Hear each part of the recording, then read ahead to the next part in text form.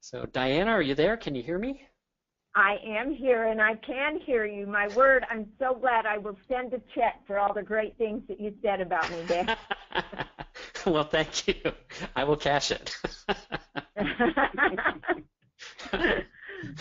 Well, I really appreciate you giving me this opportunity to speak to the people out there, and thank you all for taking your time today. I know I don't take this lightly. I take it very seriously for the amount of time that you're giving to me. In fact, I have some very important goals to make certain that I get across today, and I want to answer the questions that you've sent in.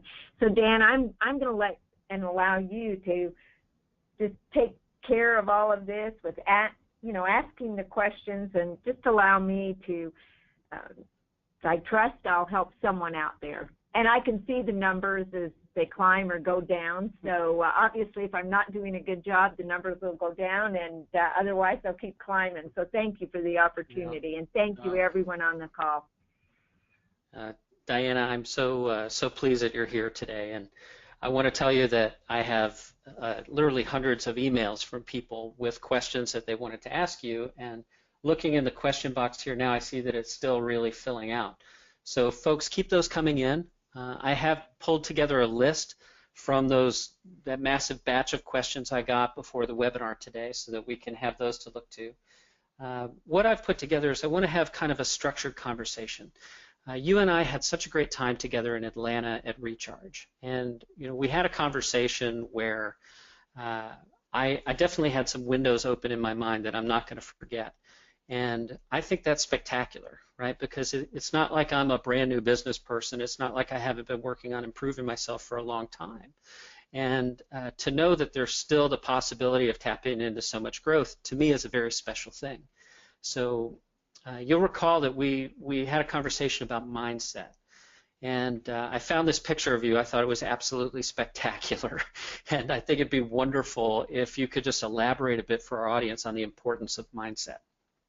Well, first of all, that picture of me, that's very interesting. That was taken quite a while ago. I still water ski, only I've gotten a little bit better. For those people who water ski, they're going to be saying, oh, she's a little bit too far back on that ski there. She should be leaning a little bit more to make that spray go up more. Actually, just so you know, I was having fun here. I was spraying another boat that was just sitting there that was full of some of the folks that I knew. And so it was deliberately done. I hate to admit that, only I wanted to get them all wet. I thought it might be kind of fun. It was at Lake Powell, and it does bring back many memories.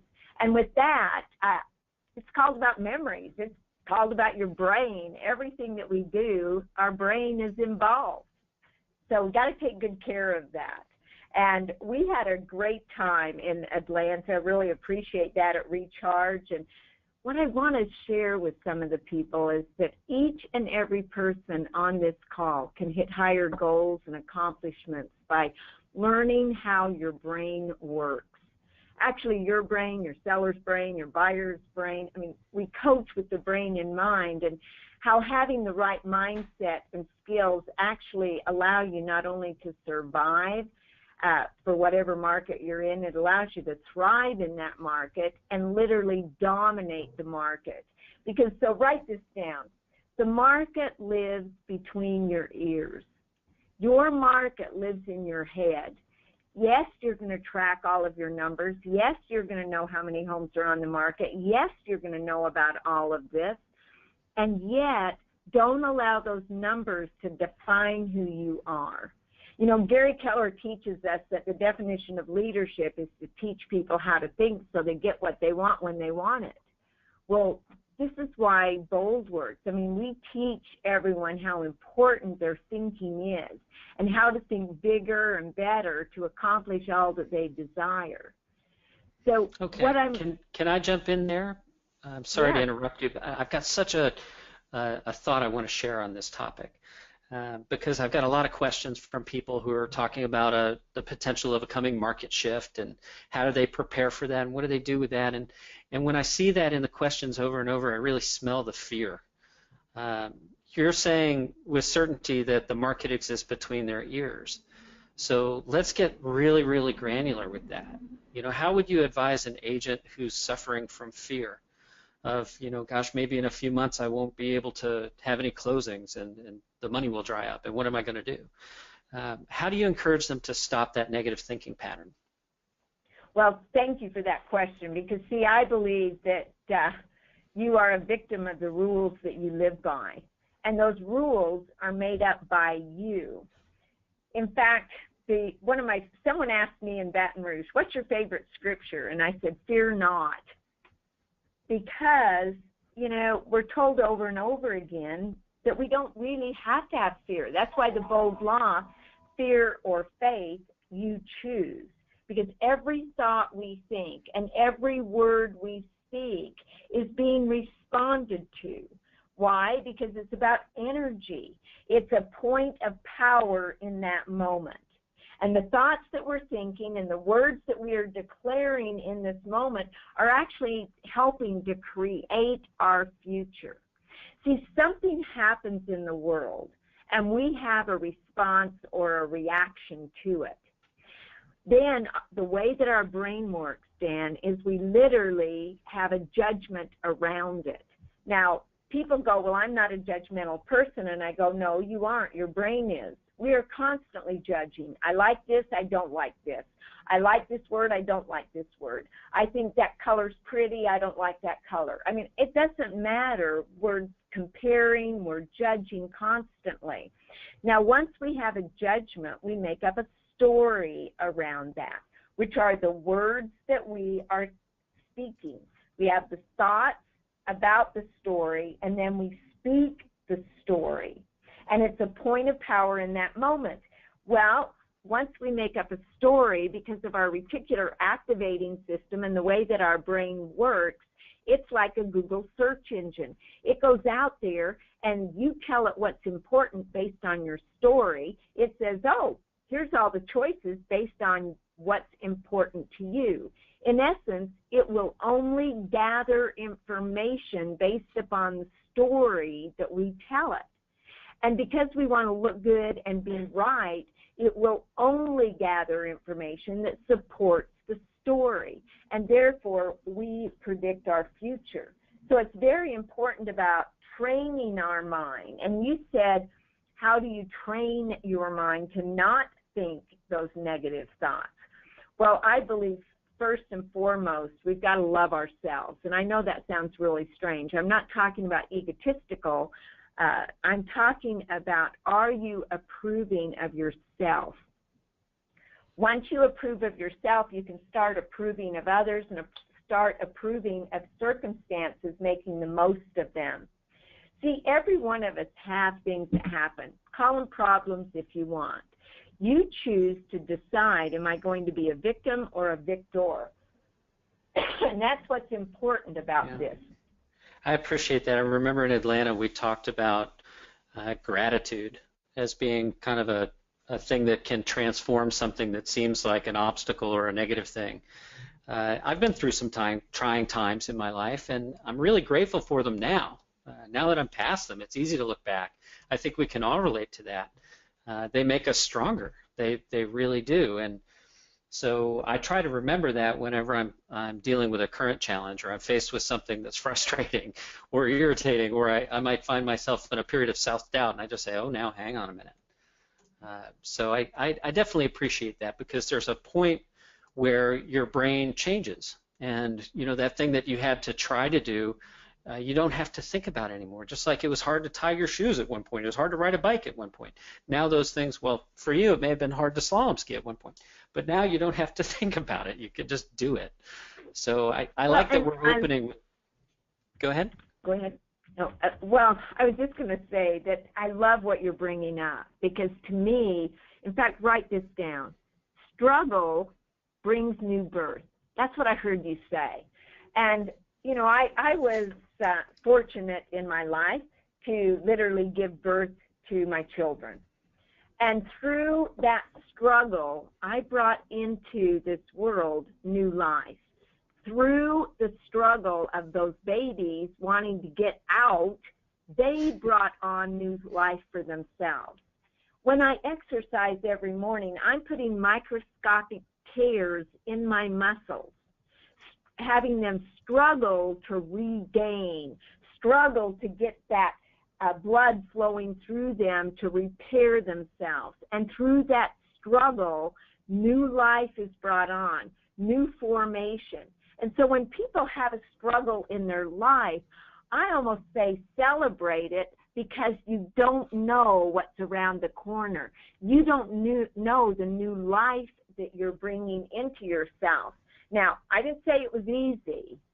I mean, it's like gravity.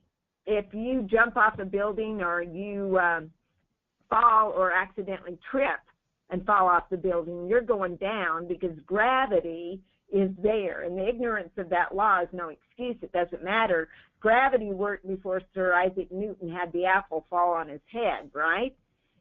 Certain things work. And so when you say gratitude has a great energy, well, what I learned in physics is that everything is made up of energy. Every atom, and we are made up of atoms, the table's made up of atoms, the computer that you're looking at is made up of atoms, and an atom consists of 99.99999% energy and 0.00001% particle. So that says that that energy is what helps us grow, what helps us bring on new skill. It's the energy that we put towards something that allows us to move forward or keeps us permanently where we're at. That energy allows us to thrive and totally dominate the market and win and have a great life. And as Sandy said, give me the freedom that I choose to have, the life that you deserve.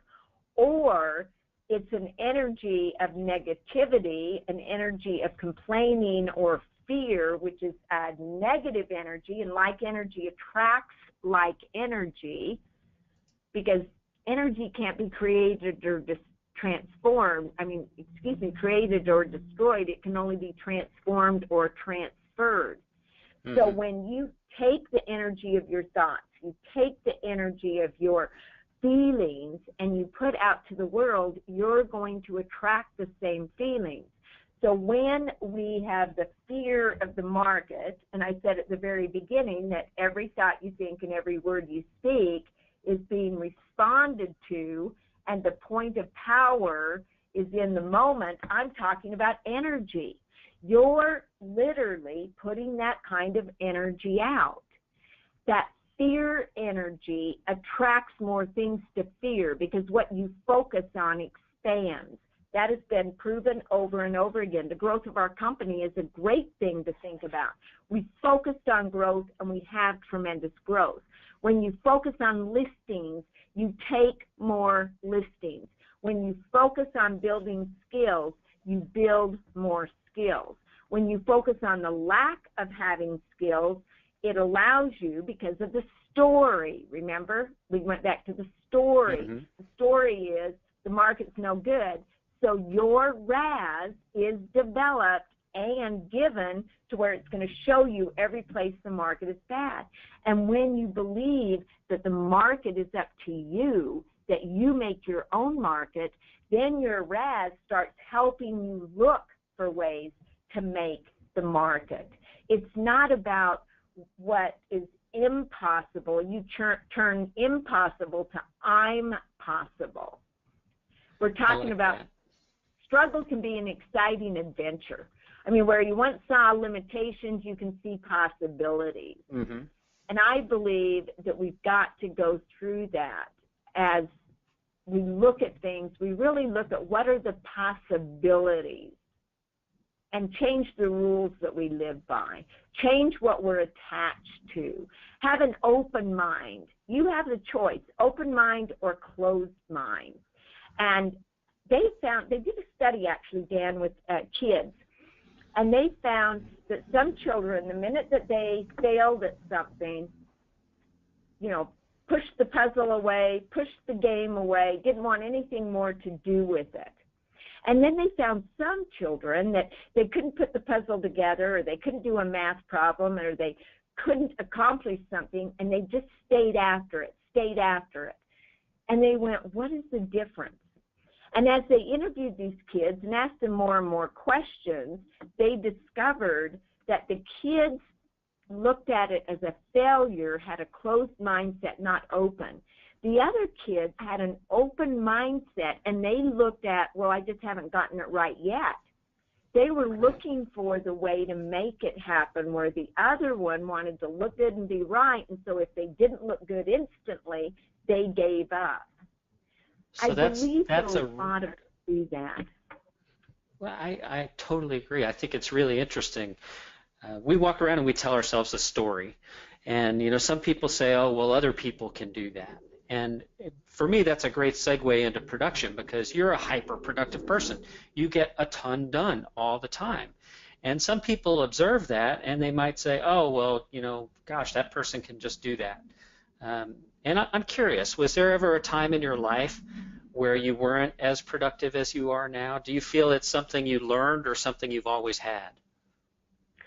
That's a very good question. Number one, as far as productive, I've always been busy. I grew up in a family where we had a great work ethic. I mean, we all worked together, right, in the grocery store. And so if you wanted to get a ride a block from the school, you got up and rode to the grocery store with Mom and Dad at 5:30 in the morning. You better be ready. Otherwise, you were going to walk about a mile to school.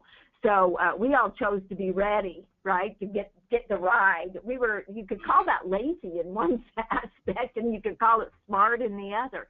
So we went to the grocery store, worked at the grocery store, walked to school, and of course I had all my fun and all the things that we did, and then we were obligated and challenged to work every day. It was just a way of life, and we didn't really know any different.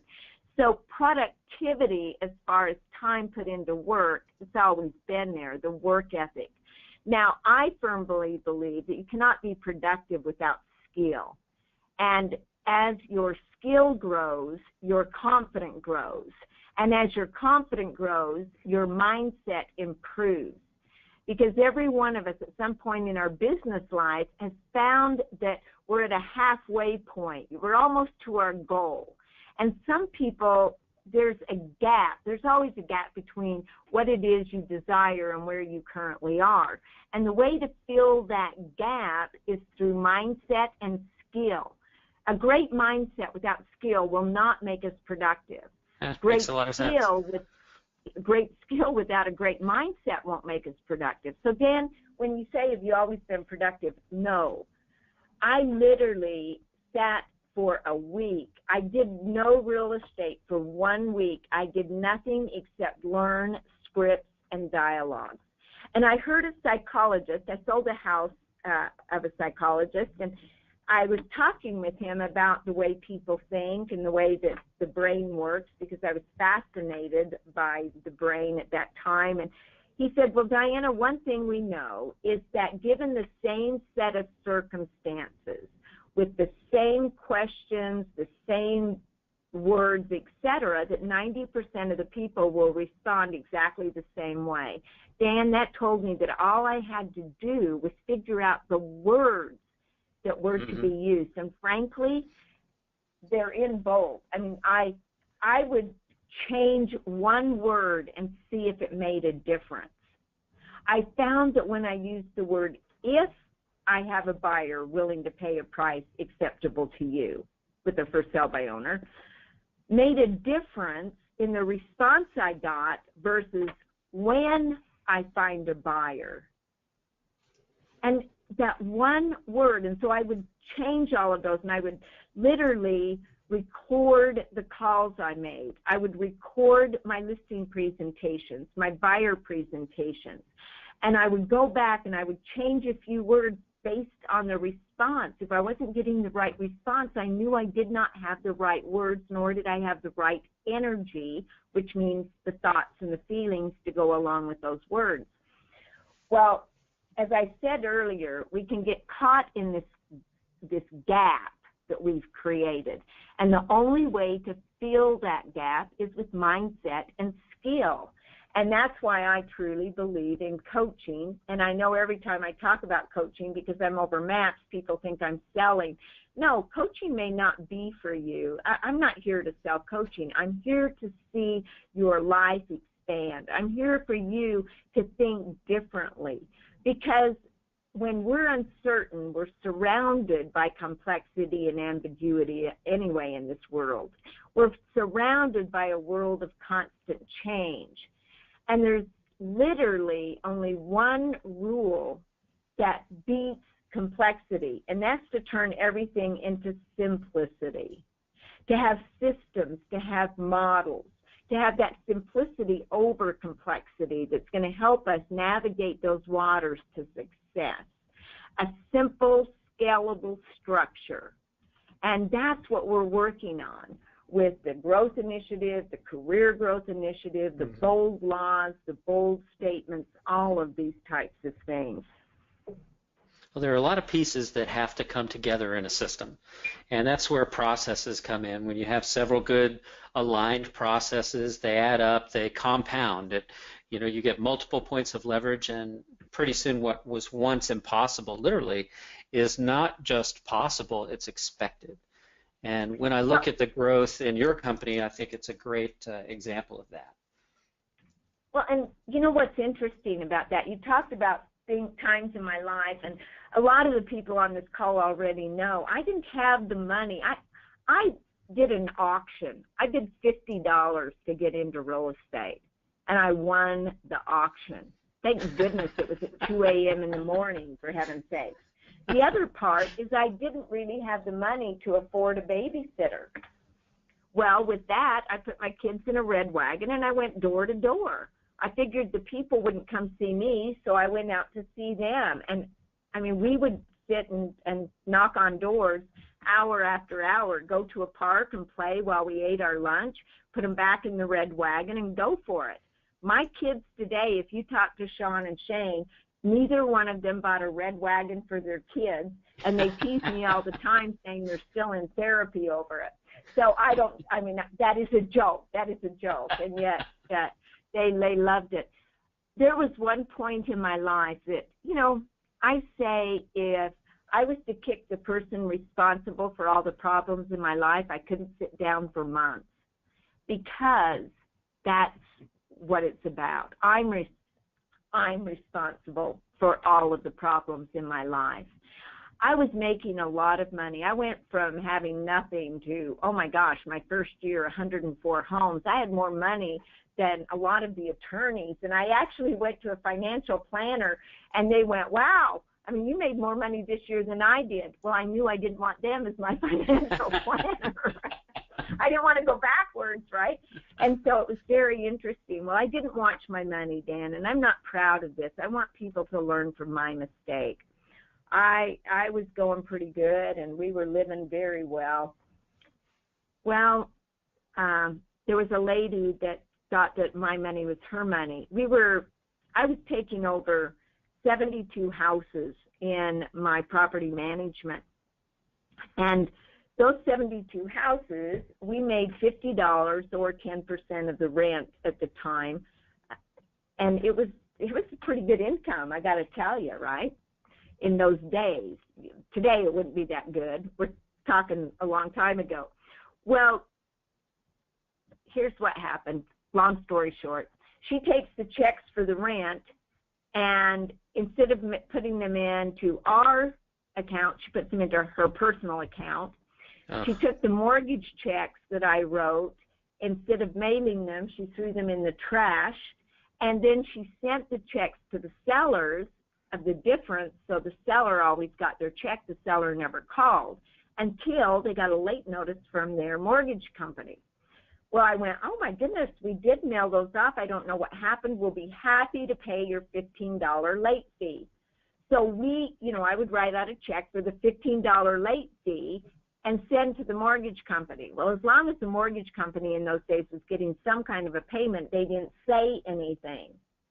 Until one day, my accountant, who had been out of town over in England on a mission trip for 3 months with his son, came back into the country and said, Dianna, have you been watching your finances? And I said, no. And he said, you better get to the office fast. Now, this was 6 a.m. in the morning. I went, fast? I've got kids to take care of, get to school, all of that. What do you mean? And he goes, no, do what you can to get there immediately. because we lived about halfway, going towards the office was halfway point between us. And, of course, I got there as quick as I could, and he showed me that I was overdrawn in my account. And I go, that can't be. Well, the seller's calling. The way we found this is the gal was ready to have a baby, and she was three weeks premature and went in the hospital. Otherwise, I think she would have been able to cover everything and figure things out to make it even last a little bit longer. Not having any money, we found that there were 72 houses that had not been a house payment made for 3 months. So if you think about that, that's 216 house payments plus my own that I had to make. Not a fun place to be. I also have to tell you, one of the most humiliating times in my life was I sat on the board of directors at Jefferson County Board of Realtors, and I went to the meeting one evening, and 3 other people had ridden there with me, and we came out and my car wasn't there. And one of the president of the board used to be a police officer in Lakewood where the board was located, and he immediately picked up the phone and called the Lakewood police. Only he wasn't real kind in the fact that there we were with all the people. There were about 20 of us standing around because everybody was concerned, and he announced to the entire party, your car wasn't stolen, it was repossessed. Oh. And so with 22 realtors, you know, tell a realtor, telegraph, telephone, tell a realtor, word got out, and the big joke was, if you're going to go somewhere, don't ride with Dianna, you may not make it home. Oh, wow. Well, in those days, now I've got 72 not sellers, they were people that trusted me, and they... I didn't know if they were calling. We didn't have caller ID. I didn't know if they were calling. I didn't know if a mortgage company was calling me. I didn't know if it was a collector that was coming after me because I was robbing Peter to pay Paul at the time. I sold cars that I had. I ended up selling my 4 offices that I owned. I did everything I could, and I went back into sales. And, you know, thank goodness that I had that skill to go back and to get started again. Now, people say, do you wish that wouldn't have happened to you? And I go, on one hand, yes. On the other hand, I wouldn't have learned such a great lesson. I watch my finances. I watch my money. I respect my money now like I never have before. And I did pay all of those people back. I did not take out bankruptcy, just so everyone knows. It's not that if you've taken out bankruptcy, I hold that against you. I don't. That's up for you. I felt obligated to make certain that I paid everyone back. Well, I never did do another property management. I also had to take every phone call because it could be a potential buyer, a potential seller. It could have been my kids. I didn't know who was calling on the other line. So when you say, did I ever struggle about production?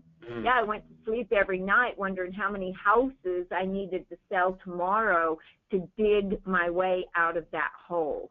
Thank goodness I'd paid my house down to where I could, you know, gain some money from getting a second on that house. Thank goodness I loved cars and had actually, I owned 4 cars. I was the only driver in the household. I have to tell you, I was a little extravagant at some things, and yet it was great I had them because I sold them. I mean, everything. I learned how to negotiate.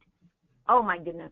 I could negotiate, and I learned how to negotiate those costs down to where on some cases it was 50 cents on the dollar, some cases 90 cents on the dollar, and some cases 10 cents on the dollar.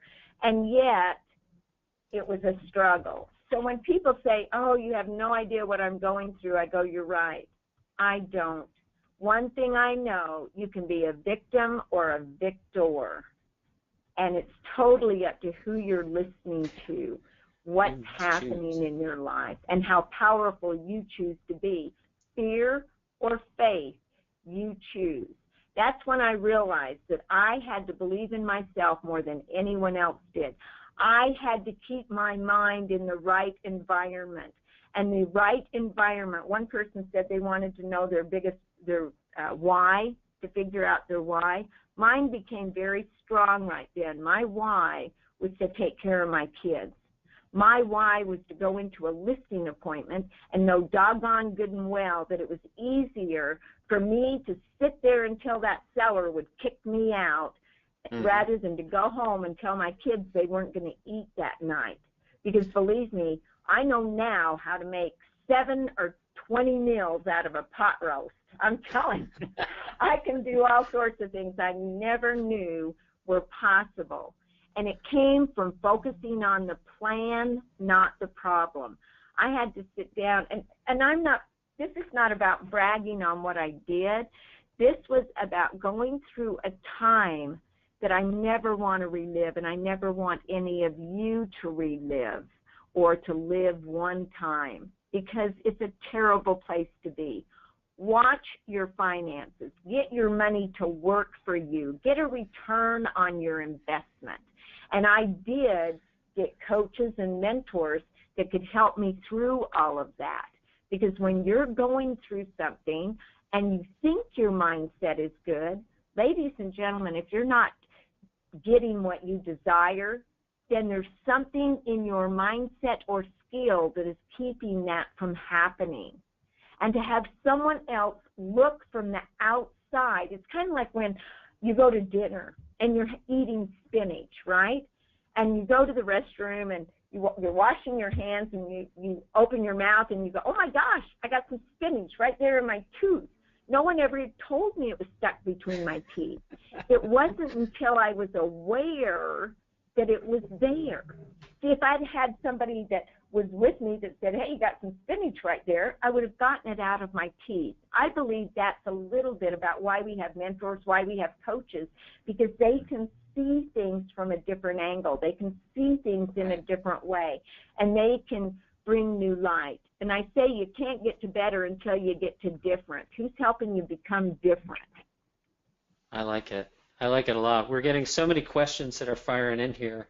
I want to take a moment and ask, there's a really good general question here from Carrie McLeod. Carrie asks, for someone who's never been coached before, where do you start? What should be the best first step? Well, first of all, there's different types of coaching programs. We have a group coaching program, Terry, that this is coached by specialists. You know, a lot of people don't want to go to a general practitioner. They want to go to a specialist, and I believe in specialists. So we have gone out, and I've hand-selected specialists that have actually proven themselves in a given area. And therefore, they can help coach you and teach you in a way that you, too, can become the very best. I mean, if you're going to learn basketball, you want to learn from, you know, somebody in 6th or 7th grade that plays basketball, or would you rather learn how to shoot a basket from Michael Jordan, right? I mean, I'd like to go with somebody that really knows what they're doing. The other part is breakthrough. We have a breakthrough program where it's 2 times a month. It's one-on-one with your coach. And then, of course, for those people who really, truly desire to become the very best that they can be, we have mastery. That's one-on-one weekly with your coach, except for when we have events, and then it's a group call because obviously they're at the same event that you are. Well, what happens during coaching is when you sign up for coaching, remarkably, we take your needs analysis and we look at what your needs and your expectations out of coaching are, and then we match you with a coach that we believe can help that happen. Now, I want you to know, a lot of people come into coaching and say, prove it to me, versus you've got to be coachable. See, if I had Michael Jordan teaching me basketball, and I really didn't want to do what Michael Jordan told me to do, and I go, no, no, no, I know a better way, well, then coaching isn't for you. If you already have it all down and you know everything, then getting a coach is not going to change that. So I got to ask, are you coachable?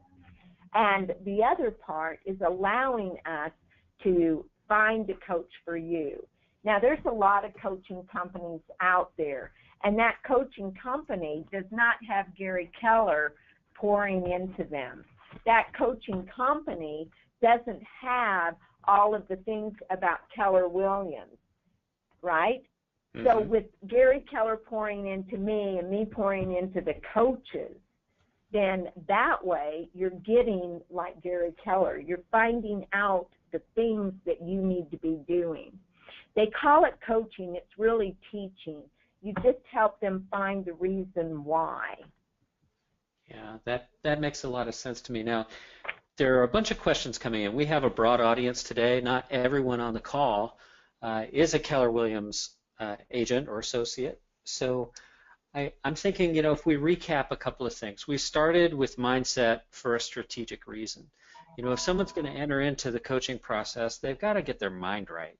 And then as your mind is right, you've got to build those skills like we talked about. That allows you to move into a place where you've got great production. And here's a good question from Kevin Moore. What if you've had coaches before and then your business drops off at some point? Is there something in the mindset? He's interviewing coaches right now, and he thinks he's selected one. Oh, and now he's saying he thinks that you've just answered his question. So. Yeah, I think the biggest thing, Dan, is a lot of people want to interview the coach. Well, one of the things, and I understand that, I truly do understand that, and I commend you for, number one, wanting to have a coach. When we select a coach, see, we don't know our own mindset. We don't know our own blind spot. We do not know what's standing in our own way.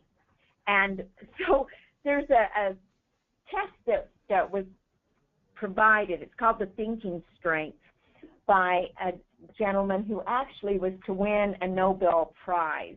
And that Nobel Prize was because he put together an assessment that allowed people to understand how they thought, what their blind spots were.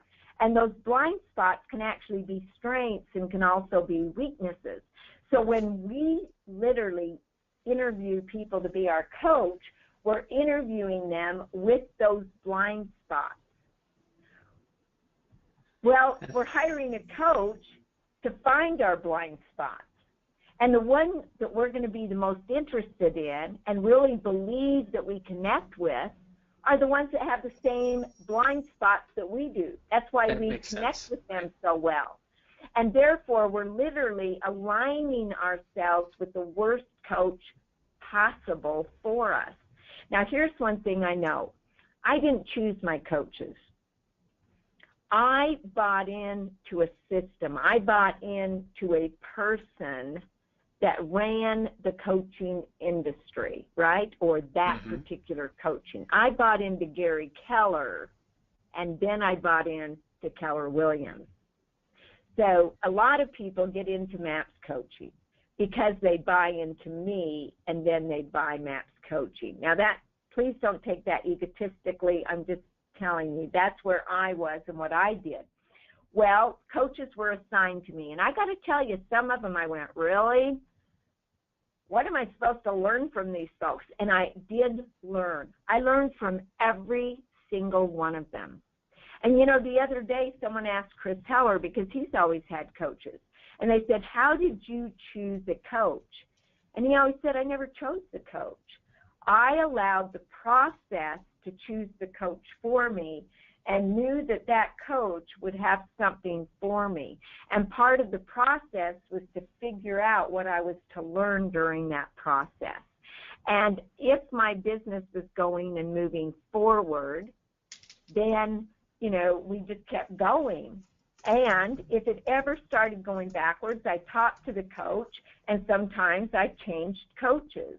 So it's literally something that I really highly recommend, that you don't choose your own coach, because at an unconscious level, it's really not going to work out the best, because all of us have triggers in our brain.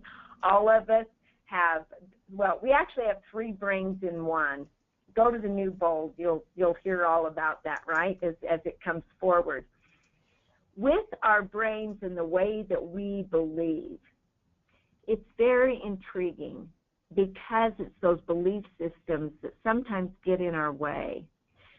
So MAPS is here to help Keller Williams. MAPS is actually here to help everyone and to help them in the coaching realm.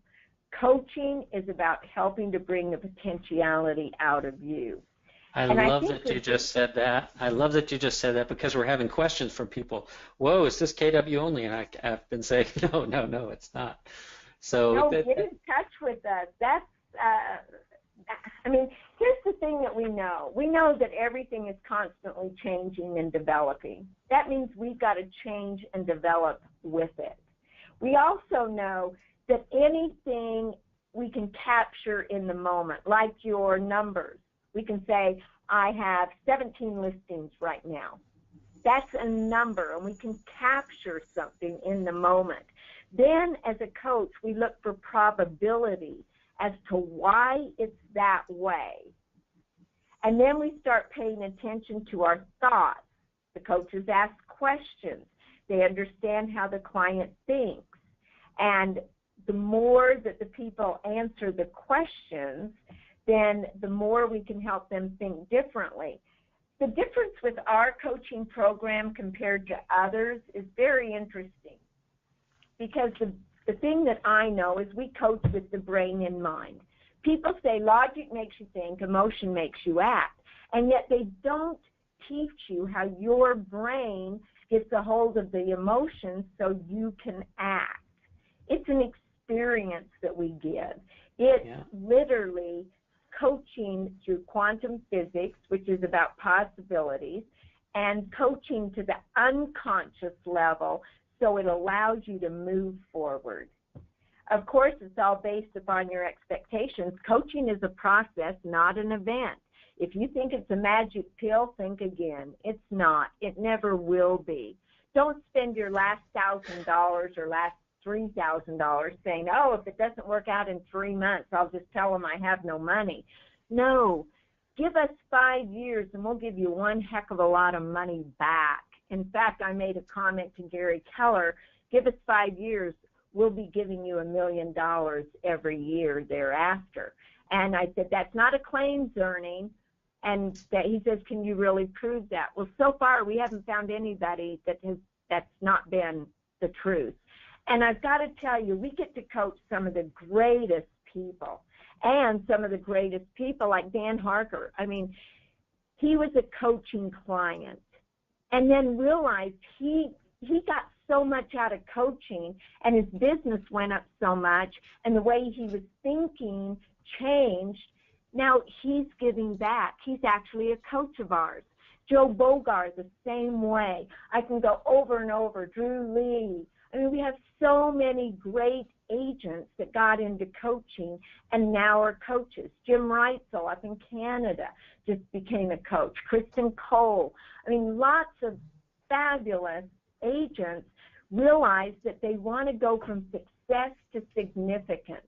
So if you're on this call and you're going, you know, I've been really successful. And success is all about you. This is my definition only. Success is about you. Significance is helping other people reach that success.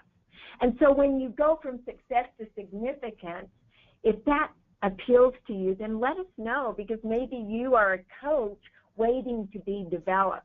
And one thing I do know from every single person that has been a coach with MAPS, they all say the same thing. I've learned more from MAPS coaching in my own development than ever. In fact, Harvard did a study about the types of leaders, and they talked about, you know, the coercive style of leadership, the authoritative style, the affiliative style, democratic style, pace-setting style, and I was so happy because they have introduced a new style. It was in 2014. I knew it was coming. It was called the coaching leadership style. And since it is a style, it's where you develop the people for the future. And it works best when helping people and building long-term strength. Notice I said long-term strength. And it's always done in a positive climate. So with all of those happening, and some people think the Democratic style of building consensus through participation is the best way, and it really isn't. Democratic style is a good way. They have just found that the coaching style is much more effective. So I love that that's happening. And I just want to say one thing that I heard from J.K. Rowling, who's the gal that wrote Harry Potter. She said that failure means stripping away all of the inessentials. Not to fail means stripping away all of the inessentials. And I think that's what we have to do in our life, and a lot of times we need a mentor, a coach, a consultant, someone that's going to help us strip that away.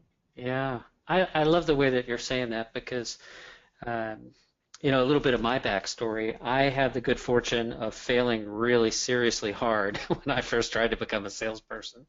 I was so horrible, Dianna. It was pathetic. And that created a lot of pressure that forced me to realize I had to make some changes. I had a horrible mindset, right? Salespeople were evil, they were bad, they talked fast, they were, you know, only interested in themselves, they were selfish. I had all of these beliefs that just were not helpful for me. And I think the process of entering into a coaching program, which I've had a coach, a professional coach over the past 20 years of my career. I've never been without a coach. And I think of my much earlier self at that point in my life, and I made a decision that I wanted to rebuild Dan. Like, you know, from the inside out, I wanted to be really solid at the core.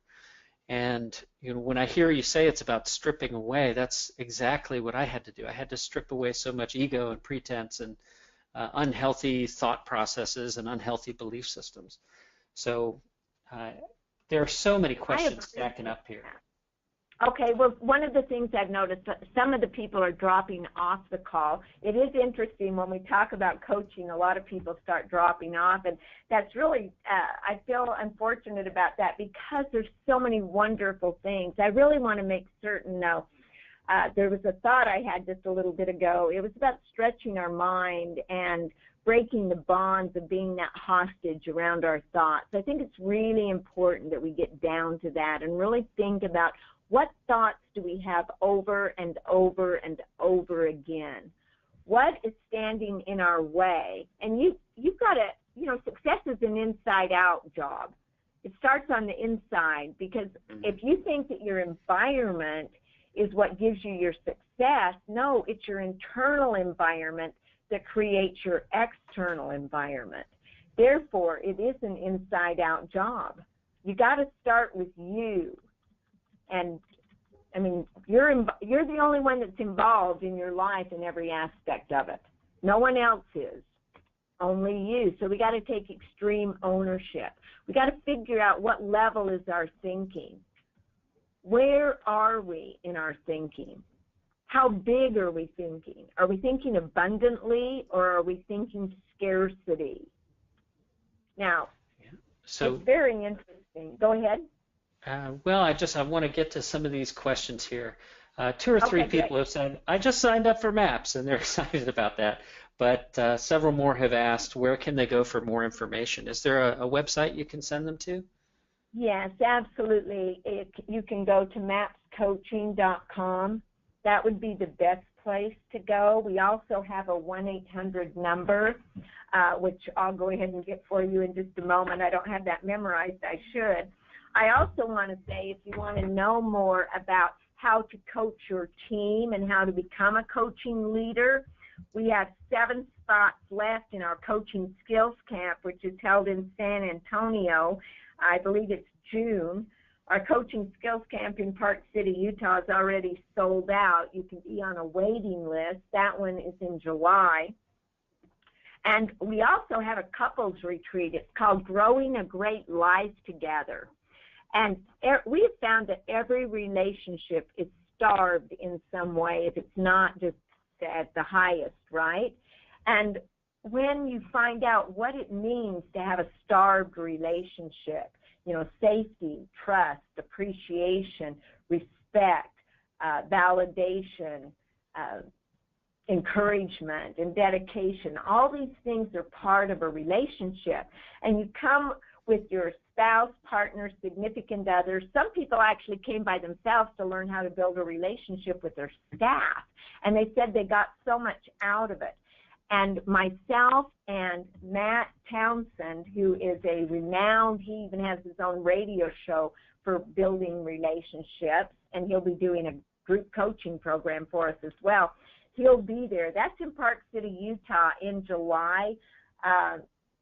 I want to say like July 15th or 16th. It's a Saturday, whatever that Saturday is. It's a one day, and we have 19 spots available in that. And all of that is going to help you grow in various areas. So just wanted to get that out. So just, audience, do us a favor. Make it easy for Dianna's team to reach out to you. If you have any interest in MAPS coaching or in becoming a coach, just let us know in the chat, and we'll capture that information. We'll pass it along to Dianna's team. I'm also seeing a bunch of questions in here about Happy Grasshopper and HG Touch for Keller Williams.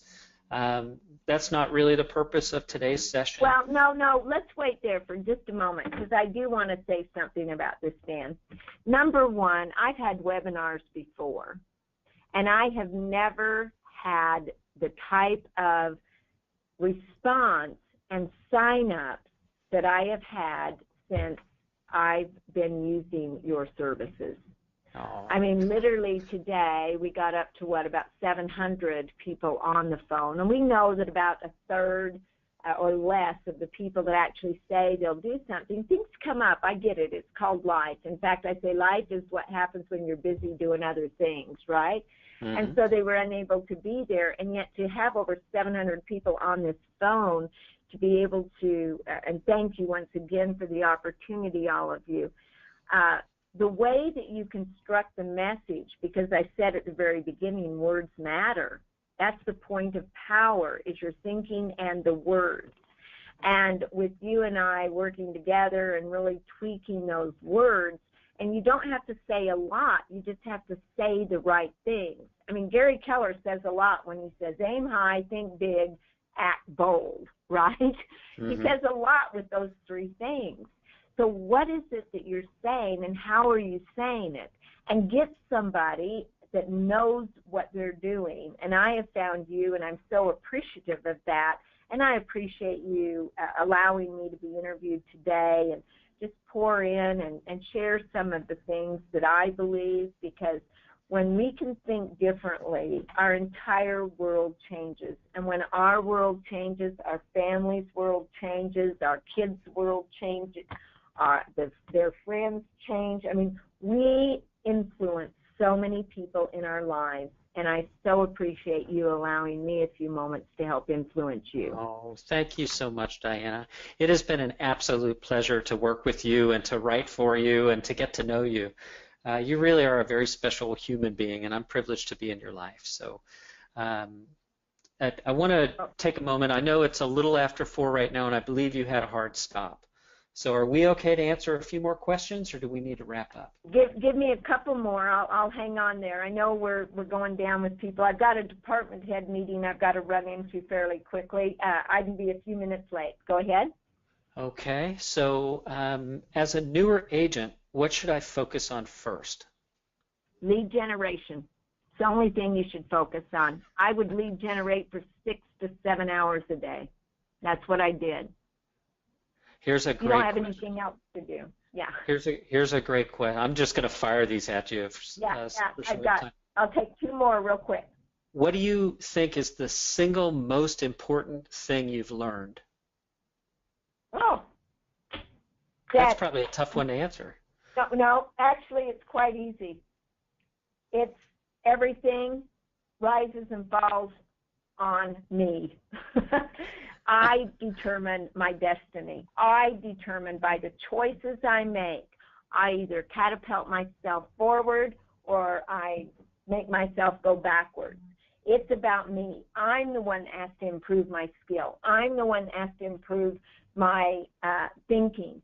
And no one succeeds alone, so I've got to bring someone alongside me. I have mentors. I have coaches. I have trainers. I have my husband, who is a great coach, that sometimes wants to coach me when I don't want him to. So, like the other night, I started saying something, and he goes, don't complain about what you tolerate. I go, well, then I'm not tolerating it anymore. And he goes, good. And I go, good, just made up my mind. Bam. So see, we all get to that point. Isn't that fun?